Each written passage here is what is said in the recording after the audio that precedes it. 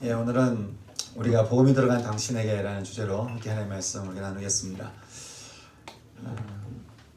오늘 우리가 읽은 골로새서 말씀은 복음이 들어와서 새로운 사람이 된 사람에게 필요한 두 가지가 있다라고 우리에게 말씀해 주고 있습니다.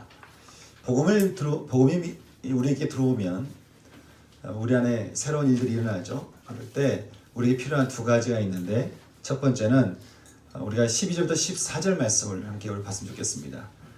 같이 이어지는 말씀이기 때문에요. 골로새서 3장 12절부터 14절 말씀을 같이 읽어볼까요? 시작.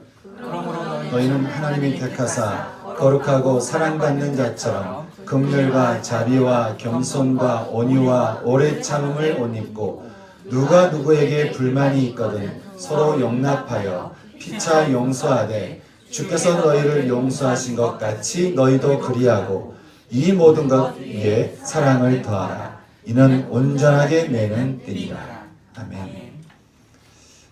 골로새서 3장 12절부터 또 오늘 우리가 읽었던 이 말씀까지는 복음이 들어와 새 사람을 부름받은 사람에게 두 가지가 필요한 게 있다라고 우리에게 말씀을 해주고 있는데, 그 첫째는 바로 새로운 성품을 입은 자라고 하는 것입니다. 새로운 성품을 입어야 된다라고 하는 것이에요. 여러분, 우리가 예수를 믿으면 성품의 변화가 일어날 수 있을까요? 제가 처음 어떤 선교단체에서 훈련을 받을 때 굉장히 낯설고 어려운 훈련이 있었습니다. 주제가 성품 훈련학교였어요. 제가 생각하기에 성품이라고 하는 것은 그냥 태어나서 그냥 자연스럽게 몸에 배겨진 거라고 저는 생각을 했는데, 이걸 성품을 공부를 한다라고 한 거 보니까 이게 공부하면 바뀌어질 수 있는 거구나. 실제로 하나님의 그 예수님의 성품을 알아가고 공부하면 공부할수록 제가 이전과는 달라져 가고 있는 제 자신의 모습을 보면서 성품은 바뀌는 거구나. 그러니 어떻게 하라고, 이것을 멈추지 말고 또 이것을 무지하게 내버려 두지 말고 끊임없이 말씀을 통해서 성품을 바꿔나갈 수 있어야 된다고 하는 것이에요. 사도 베드로가 우리에게 이렇게 말합니다. 우리 주님의 신기한 능력으로 생명과 경건에 속한 모든 것을 우리에게 주셨다는 거예요. 이는 자기의 영광과 덕으로서 우리를 부르신 이를 알게 하심으로 그 보배롭고 지극히 큰 약속을 우리에게 주사 우리로 하여금 신성한 성품에 참여하게 했다. 다시 말하면 예수님의 성품에 우리로 하여금 참여하게 했다. 이렇게 말씀해 주고 있습니다. 우리에게 복음이 들어오면 그 복음이 우리에게 신기한 능력이 된대요. 그래서 생명과 경건에 속한 모든 것을 우리에게 주시면서 우리에게 신성한 성품, 즉 예수 그리스도의 성품에 우리가 참여하는 자가 되게 함으로써 우리로 하여금 그 예수님의 성품을 가지는 자가 되게 한다고 하는 것입니다. 그러니까 우리가 뭔가를 노력을 해서 우리가 도를 닦고 우리가 뭔가 선을 행하고 우리가 착한 일을 하고 옳은 일을 하고 의를 행한다고 해서 우리가 거룩한 성품이 되는 게 아니라, 거룩하신 예수님의 그 성품에 참여함으로 그 성품이 내게 들어와서 나로 하여금 성품의 변화를 일으키게 된다고 하는 것입니다. 여러분, 이것이 복음의 능력입니다. 우리는 예수를 믿지만 여전히 우리는 과거의 문제와 싸우고 아픔과 싸우고 또 상처와 씨름합니다.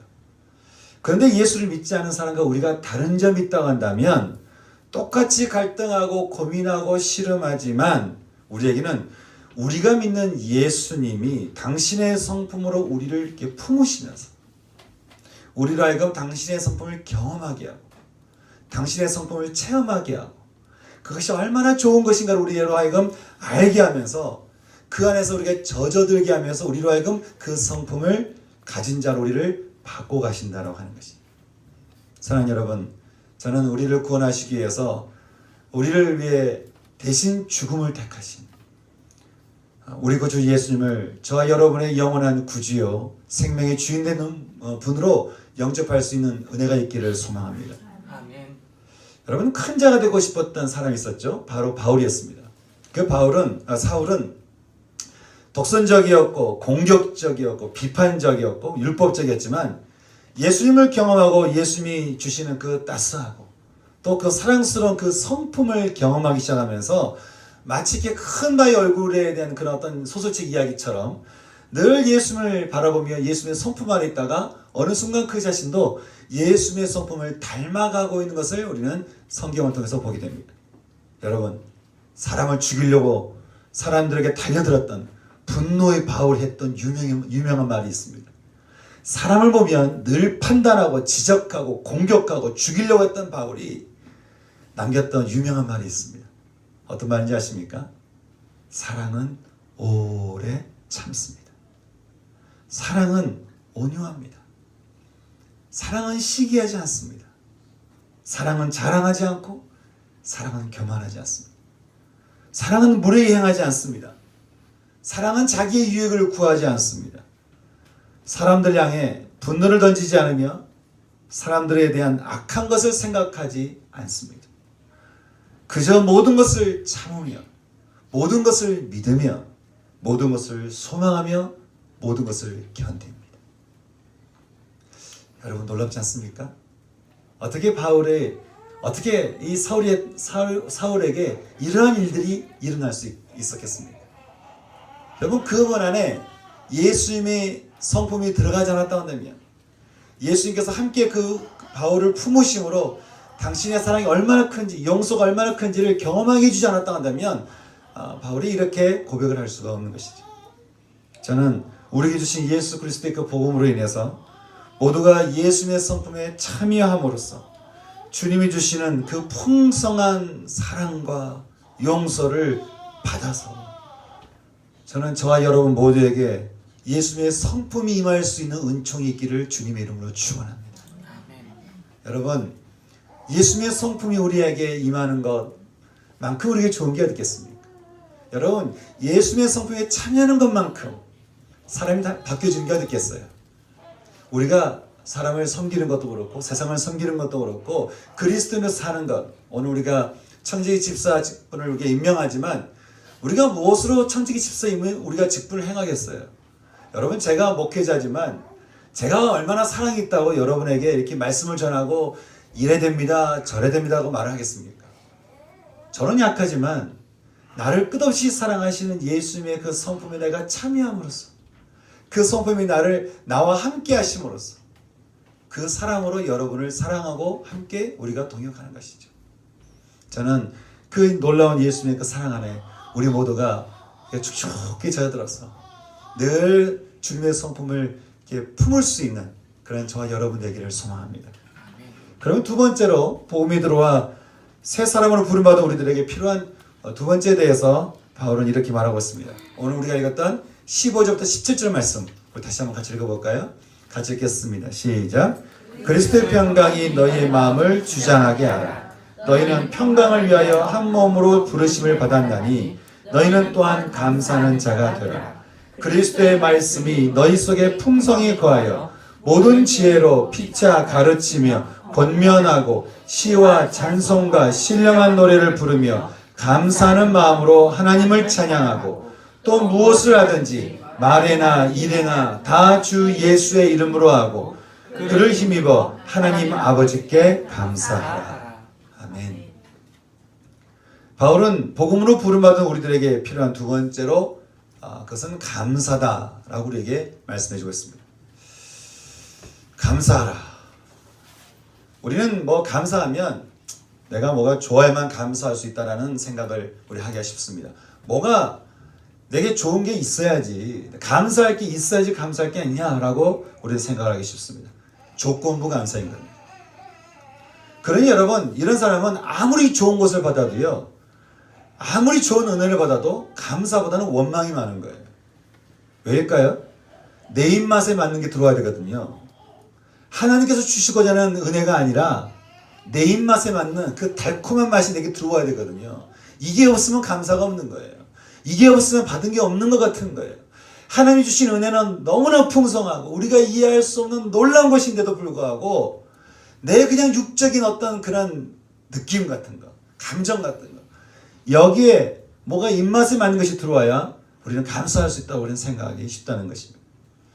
어떤 분이 이걸 가지고 말하기를 그것은 참 1차원적인 감사다, 그렇게 이야기를 합니다. 근데 이보다 더 한 단계 높은 감사가 있습니다. 그것은 하나님의 은혜를 기억하며 감사하는 것입니다. 어제 나에게 베풀어 주신 은혜에 감사합니다.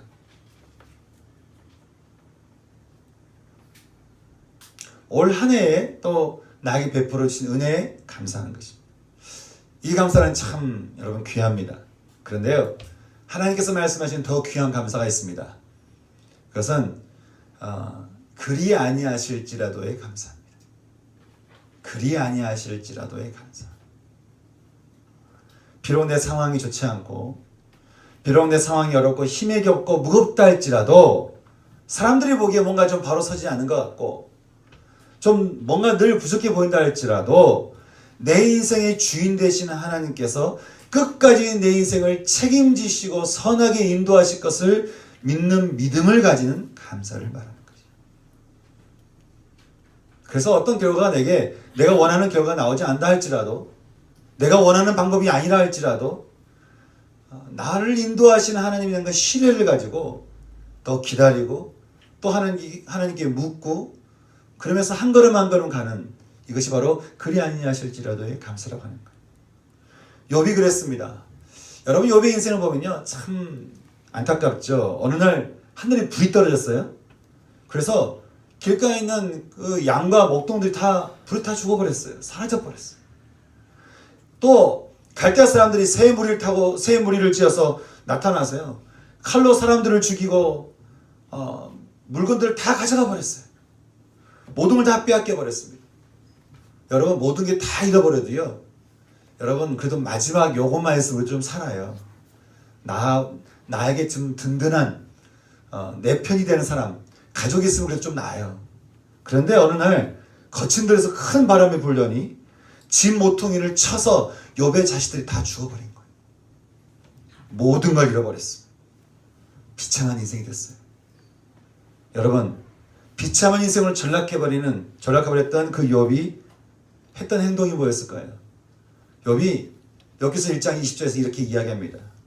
욥이 일어나서 겉옷을 찢어버리고 머리털을 다 밀어버리고, 그리고는 땅에 엎드려서 예배하며 말하기를, 내가 모태에서 알몸으로 나왔은즉 또한 알몸으로 그리로 돌아갈지라. 주신 이도 여호와시요 거두신 이도 여호와시니 여호와의 이름은 찬송받을지어다. 그렇게 하고 이 모든 일에 욥이 범죄하지 아니하고 하나님을 향하여 원망하지 아니하니라. 그렇게 말씀을 하고 있습니다. 변함없는 감사함으로 살았던, 그래서 나중에는 그 감사함으로 계속 어려움의 시간을 끝에 이전보다 더 놀라운, 더 큰, 더 기가 막히는 은혜를 누리며 살았던 욥이었습니다. 여러분, 우리는 어떻게 하면 그 조건적인 감사에 좀 넘어서서 좀 이렇게 생각해보면 이게 은혜인 것 같아서 조금은 감사하는 그런 수준을 넘어서 정말 어떻게 하면 하나님에 대한 전적인 신뢰를 가지고, 신뢰하는 마음을 가지고 그런 믿음의 선진들처럼 우리가 참 감사하는 삶을 우리가 살아갈 수 있겠습니까? 바울은 오늘 우리에게 그 감사의 참 은혜를 누릴 수 있는 것을 세 가지로 우리가 설명해 주고 있는데요. 첫째는 그리스도의 평강이 마음을 주장하게 하여, 주장하게 할 때 우리가 이런 감사를 누릴 수 있다는 거예요. 여러분, 주님은 요한복음 10장에서 이렇게 말씀하고 있습니다. 도둑이 오는 것은 도둑질하고 죽이고 멸망시키려는 것 뿐이라는 거예요. 근데 주님이 오신 것은, 내가 온 것은 양으로 생명을 얻게 하고, 근데 이 말씀 표현이 재밌어요. 생명을 얻게 하는데 더 풍성히 얻게 한다는 거예요. 그러니까 우리가 생각하는 정도의 생명이 아니라 우리의 상상을 뛰어넘는 생명의 풍성함을 우리에게 주신다는 거예요. 주님이 우리에게 주시는 이 생명의 말씀, 또 말씀하시기를 나는 선한 목자라는 것이죠. 선한 목자는 양들을 위하여 목숨을 버린다는 거예요. 그래서 나는 너희들의 선한 목자라는 거예요. 또 24절에서 말씀하시기를 내가 진실로 진실로 너에게 이르노니 내 말을 듣고 나를 보내신 이를 믿는 자, 하나님을 믿는 자는 어떻게 해요? 영원한 생명을 얻었고 세상이 끝나는 날, 심판의 끝나는 날에 심판에 이르지 아니하나니 그는 심판날에 사망에서 생명으로 옮겨지게 된다는 거예요. 완전한 그리스도의 평강입니다. 저는 이 완전한 그리스도의 평강을 묵상할 때마다 떠올려지는 장면이 있습니다. 제가 고향이 제주도니까요. 위에서 파도가 치고 바람이 불고 난리가 나고 날아다니고 난리를 쳐도 바닷속으로 쭉 들어가잖아요. 잠잠합니다. 이게 뭐 위에서 무슨 일이 일어난 건지 무슨 난리가 일어난 건지 알 수가 없어요. 바다 밑에 들어가면 그냥 잠잠한 거. 언젠가 한번 제가 그 바닷속에 쑥 들어가면서 그런 마음 들었어요. 야, 이게 그리스도의 평강이 아닐까. 위에서는 별 난리를 다 친다 할지라도 내가 그리스도 평강 안에 푹 들어가면 나는 평안해지는 거예요. 사랑하는 여러분, 저는 여러분이 여러분의 삶이 언제나 예수 그리스도의 그 평강 안에 머물러서 여러분 삶에 어떤 일이 있다 할지라도 어떤 어려움이 있다 할지라도 어떤 또 두려움과 불안한 일들이 일어난다 할지라도 그 그리스도의 평강으로 인해서 그 바닷속에서 전 여러분이 늘 평강을 누릴 수 있는 은혜가 있기를 소망합니다. 여러분, 우리 주님 안에 들어가십시다. 세상에서 다니지 말고 세상의 화려한 네온사인 앞에 돌아다니지 말고 세상에 우리가 쫓아다니면서 이렇게 돌아다닐 것이 아니라 그리스도의 평강 밑으로 우리가 들어가십시다. 하루 종일 무슨 일을 있든 누구를 만나든 그리스도의 평강으로 들어가게 될 때 그 평강이 우리를 주장하게 될 때 우리는 우리 삶에는 그 감사가 넘치는 은혜가 우리 가운데 임하게 될 줄 믿습니다. 아멘. 두 번째를 얘기하는 것은 첫 번째 아까 말씀드린 것처럼 이 그리스도의 평강이 우리에게 임한 것을 바울이 얘기한 반면에 또 두 번째는 그리스도의 말씀이 우리 속에 풍성히 거하게 될 때 우리는 감사하는 자가 된다는 거예요. 한 번은요, 세례 요한의 제자들이 예수님께 사람을 보냈어요. 예수님, 우리가 기다리는 분이 당신 맞습니까? 우리가 기다리던 메시아가 당신이 맞습니까? 아마 세례 요한이 제자들로 하여금 직접 좀 듣게 하려고 막 그랬던 것 같습니다. 그러자 주님이 이렇게 대답을 하셨죠. 너희가 가서 보고 들은 것을 요한에게 알리되 맹인이 보며 못 걷는 사람이 걸으며 나병한 자가 깨끗함을 받으며 귀먹은 사람이 들으며 죽은 자가 살아나는 가난한 자에게 좋은 소식 복음이 전파되고 있다는 거예요. 사랑하는 여러분, 주님이 전하셨던 이 복음, 이 좋은 소식이 2000년이 지난 지금은 사라지고 없을까요? 아닙니다. 주님은 죽으시고 부활하셔서 예수님의 그 영이신 성령님을 우리에게 보내셔서 이제는 그 놀라운 그 모든 일들이 이 온 세상 모든 사람들에게 예수를 믿는 모든 사람들에게 다 일어날 수 있도록 그렇게 역사하고 계신다고 하는 것이. 여러분, 우리가 이 시간 이렇게 우리를 향한 이 놀라운 말씀을 하고 계신 이 말씀을 우리가 믿는다면 너가 나와 함께 있으면 일어난 일들이 맹인이 보고 못 걷는 사람이 걷고 깨끗함을 받고 또 귀먹은 사람이 듣고 죽은 자가 살아나고 가난한 자에게 좋은 소식이 일어난다 라고 하는 이 말씀을 우리가 지금 이 순간 우리가 믿게 되면 여러분, 지금 이 순간 우리에게 어떤 일들이 일어나겠습니까? 그런 일들이 우리에게 실제로 일어나지 않겠습니까? 우리는 예수의 말씀을 우리가 믿게 되면 보지 못한 것을 보게 됩니다. 그동안 여러분, 예수님이 내 안에 들어오지 않으면요, 우리가 눈에 보이는 것은 온통 억울한 세상이에요. 왜냐하면 세상은 우리에게 늘 상처를 주기 때문에 그렇습니다. 세상은 우리에게 어려움을 주죠. 온통 억울한 세상이 우리 가운데 펼쳐지는 거예요. 그래서 거기에 뭔가 이렇게 맞춰가는 거예요. 맞춰가는 게 지혜롭다고 생각을 해요. 여러분, 세상에 맞춰가다가 일찍 있을 때 나라를 팔아먹었어요. 여러분, 세상을 맞춰가는 것이 잘 사는 게 아니에요. 참 모든 것을 이렇게 억울하게 보는 세상일 수 있는데 예수님의 말씀이 내 안에 계셔서 보여주는 세상이 어떤 세상일까요? 늘 감사가 넘치는 세상입니다.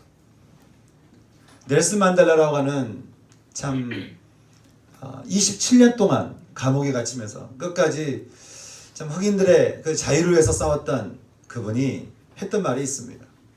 어떻게 27년을 버티셨습니까? 보통 사람이 5년 정도 감옥에 갇히면 정신병을 잃는다고 해요. 근데 어떻게 27년을 사셨습니까? 그랬더니 그분이 했던 말이 좀 가관이에요. 첫째는 내 안에 예수님이 계시기 때문에 그랬고, 둘째는 예수님이 내 안에 주신 마음 때문에 아침에 일어났더니 햇살 때문에 감사하고, 밥을 먹었더니 이게 맛있어서 감사하고, 또 이렇게 바라보니 사람이 또 괜찮아 보여서 감사하고, 잠을 잘 때 또 잠이 잘 와서 감사하고, 그래서 자기에게 세받대는 거예요. 보니까 마음이 감사가 넘치다 보니까 몸은 감옥에 갇혀 있는데 내 마음은 이미 밖에서 떠돌고 있더라는 거예요. 밖에서 나와보니까 이게 나왔다 해서 내가 자유로운 게 아니라 저는 이미 거기서 자유했습니다. 감사가 넘치는 세상. 예수님이 주시는 마음을 가지고 세상을 보는 사람은 감사가 넘치는 것이. 또 걷지 못한 사람이 걷는 것이죠. 왜냐하면 주님의 말씀이 우리로 하여금 계속해서 인생의 소망을 보게 하기 때문에 그런 것입니다. 또 죄로 인한 마음의 불치병이 깨끗함을 얻는 것입니다. 주님이 십자가에서 죽으심으로 흘리신 보혈의 피가 우리의 마음에 흘러 들어올 때, 여러분, 보혈의 피는 우리 모든 상처와 아픔을 이렇게 씻겨 내려가는 거예요. 씻겨주시는 거예요. 여러분, 마음이 어려울 때마다, 힘들 때마다 예수님 십자가의 보혈의 피로 내 마음을 씻어주세요 라고 기도하시기 바랍니다. 그러면 십자가의 보혈의 피가 여러분의 마음과 생각을 깨끗하게 치유해 주실 것입니다. 또한 듣지 못한 것을 듣게 된다고 말을 합니다. 여러분, 세상이 우리에게 말하는 것은요, 좋은 걸 말할 리가 없어요. 성공해야 돼, 잘해야 돼, 또 온갖 불안, 온갖 걱정, 근심거리를 우리에게 계속해 들려줍니다. 근데 여러분, 우리를 향한 하나님의 말씀은 어떤 말씀이라고 말하고 있습니까? 평안이요, 미래요, 소망이라는 거예요. 여러분, 자꾸 우리가 평안을 듣고 미래를 듣고 소망을 들으면 우리가 어떤 사람이 되겠어요? 평안의 사람, 미래의 사람, 소망의 사람 되지 않겠어요? 여러분, 그러면 내가 자꾸 평안과 미래와 소망을 들으면 여러분 마음속에 그 삶에 감사가 나오겠습니까? 원망이 나오겠습니까? 감사가 나올 수밖에 없는 것이죠. 그러니 죽은 영혼이 깨어 살아나는 그 좋은 소식 복음이 우리에게 임하게 되면 우리는 가만히 있을 수 없다는 거예요. 그래서 바울이 말합니다. 이렇게 되면 우리가 시와 찬송과 신령한 노래를 부르면서 감사한 마음으로 하나님을 찬양할 수밖에 없다는 거예요. 찬양하라. 감사함으로 찬양하라는 거예요. 사랑하는 여러분, 저는 여러분의 마음 안에, 여러분의 생각 안에 그리스도의 말씀이 들어가 있어서 그 말씀이 주시는 끝없는 평안과, 그리고 그 깊은 소망함과, 그리고 그 놀랍고 힘찬 그 미래가 여러분 가운데 펼쳐져서 여러분의 입술에 원망과 또 불평과 근심 걱정의 것들이 나오는 것이 아니라 시와 찬송과 신령한 노래가 나오는 감사의 찬양이 나올 수 있는 그런 은혜가 있기를 주님의 이름으로 축원합니다. 세 번째, 바울은 또 우리에게 말하기를 무엇이나 그리스도의 예수의 이름으로 하여 감사라고 우리에게 말씀을 하고 있습니다. 시편 23편 말씀에서요, 다윗은 이렇게 노래하죠. 하나님은 내 영혼을 소생시키시고 자기 이름을 위하여 의의 길로 인도하신다는 거예요. 그러니까 자기 백성, 자기 이름을 부르는 자를, 자기 이름을 부르는 자에게 그 이름을 위해서라도 그 인생을 의의 길로 인도하신다는 거예요. 주님도 요한복음 16장 24절에서 말씀합니다. 너희가 이전까지는 내 이름으로 아무것도 구하지 아니하였으나 구하라. 그러면 받으리니 너희의 기쁨이 충만할 것이다. 그리고 요한복음 14장 13절에도 말씀하시기를 너희가 내 이름으로 무엇을 구하든지 내가 행할 것이다. 그 말은 너희가 내 이름으로 무엇을 구하든지 내가 너희의 인생에 개입할 거라는 거예요. 여러분, 천지를 만드신 하나님께서 우리 인생에 개입하시면, 그리고 아무 일도 일어나지 않았다가 정상이겠습니까? 아니면 뭔가가 이렇게 일어나겠습니까? 일어나는 게 정상 아니겠어요? 우리 주님은요, 당신을 믿고 신뢰함으로 주의 이름을 부르는 자들을 참 사랑하십니다. 그리고 그 인생의 기쁨을 충만하게 하십니다. 당신 우리 삶 가운데 개입하셔서 그 삶의 새로운 일들을 우리 가운데 일으키시는 거예요. 여러분 안에는 예수님의 이름이 있으십니까? 있으시다면 얼마나 있으십니까? 그득히 있으십니까? 아니면 있다가 있는 것 같기도 하고 없는 것 같기도 하고 혹시 그러진 않으십니까? 여러분 안에 예수님의 이름이 분명히 있다고 한다면요, 여러분은 그 예수님의 이름이 여러분의 유일한 소망이라는 것을 붙들고 여러분 지금 살고 있을 거예요. 여러분 예수님의 이름에 우리의 삶이 변화되고 우리 삶이 회복되는 엄청난 그 비밀이 숨겨져 있다는 걸 여러분 아십니까?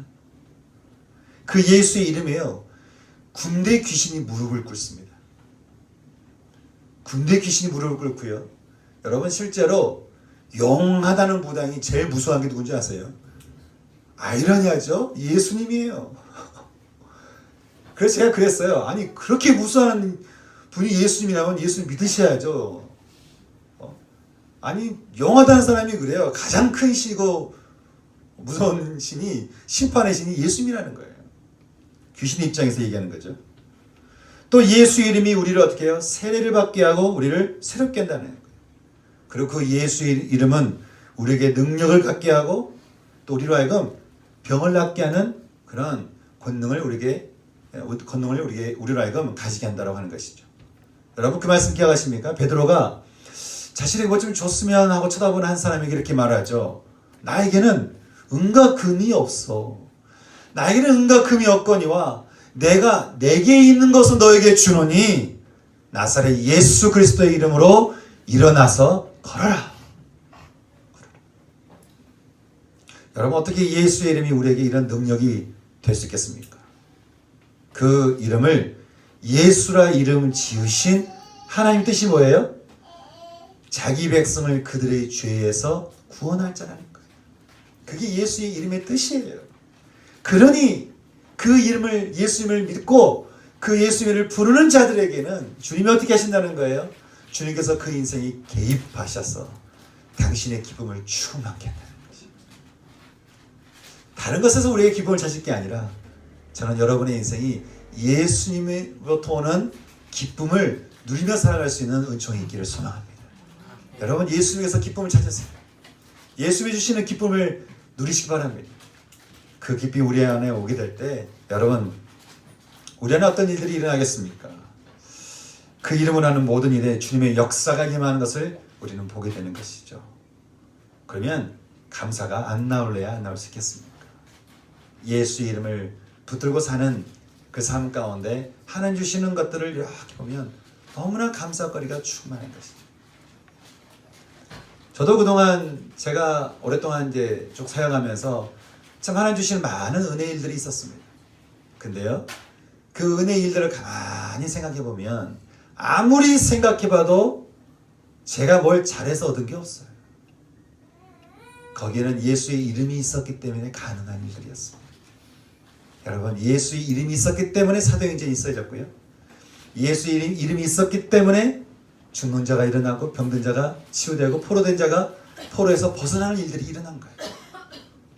전 여러분 가슴 속에 무엇보다도 예수의 이름이 혹 박힐 수 있는, 예수 이름이 충만할 수 있는 그 예수 이름을 내가 전적으로 신뢰하며 살아갈 수 있는 그 은혜가 저와 여러분 가운데 있기를 주님의 이름으로 축원합니다.